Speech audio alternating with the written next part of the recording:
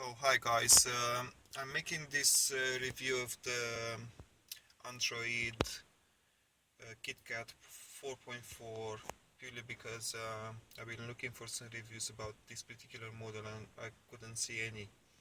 So I just hope this video will just help someone else.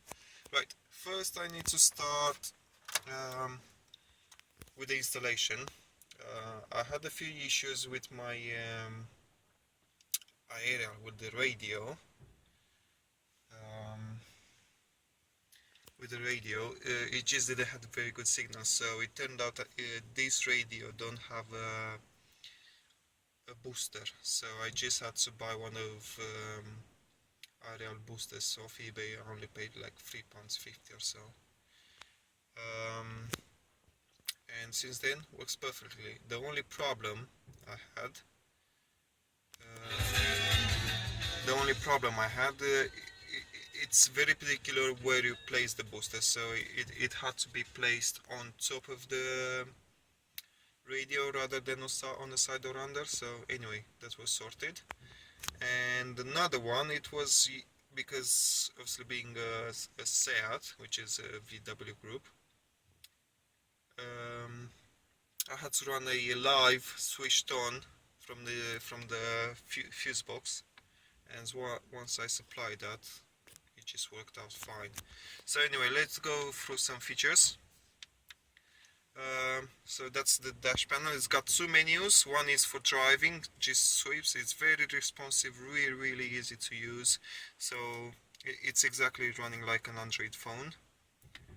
So you just add whatever you're using, and then you've got the main menu, which you have all the apps and everything you can add from the Play Store. Right, let's start with the music. Music straight on. The sound is really good.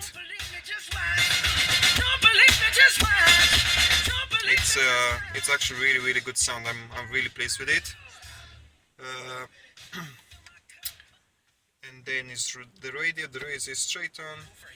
Just press. And now being here, I just wanna solve another guy's problem.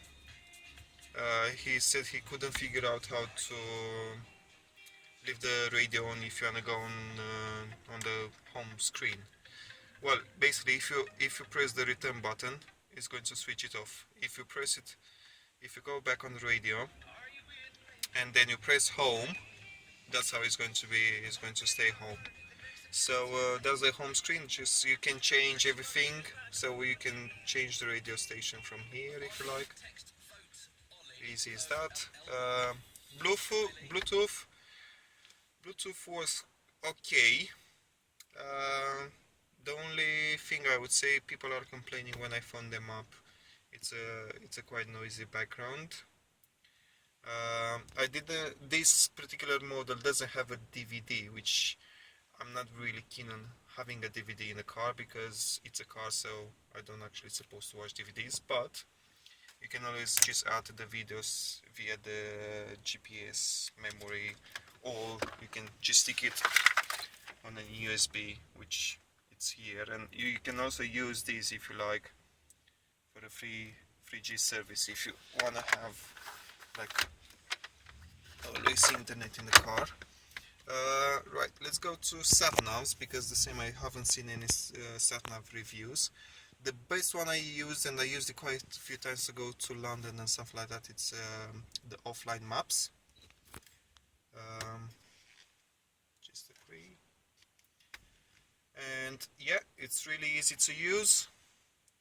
The only thing I would say it hasn't got, it doesn't have a postcode search, but it's always, well, as far as I used it, it will find the roads and the streets as you'd like. It's very easy. You can zoom in. You can choose a point on the map if you know where you're going, if you know where is it on the map. As you can see, I'm connected because I'm parked on my drive. I'm connected on my home network. yeah, so it works really fine. And oh, and another guy didn't know how to set the set logo when you switch it on. It's really easy. So you just go on settings, and then you go on factory settings. Normally the password, I think it's 126 for the factory settings. Okay, yeah, and there you go. You've got all the logos, anything. So you can change the radio band depending where you are, application settings, so you can do different settings, and the name, you can change the name and buttons and so, anything like that. It's got steering controls, which to me they're not really doing anything because I haven't got steering wheel controls. Amplifier, that's really good. Let's go for the rock setting because to me that sounds the best. GPS always works fine. I have to say my GPS, it hasn't been set on the windshield like most of the cars. It's actually under the dash here. I just removed the vents and I pushed it quite far away, and we're absolutely fine. I never lost signal or anything like that. What else? Display, you can change the brightness, white wallpaper. You can cast screen if you like directly from your phone. Works really well. I got quite a few programs. I've got the OBD torque and everything, which is fully working. It's a clever app, but I'm not sure how much I'm going to use it really.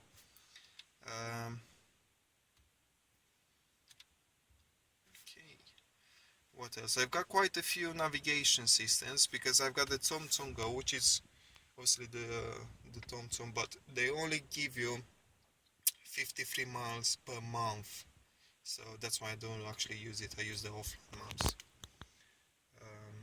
Yeah, so yeah, it works exactly the same as a TomTom.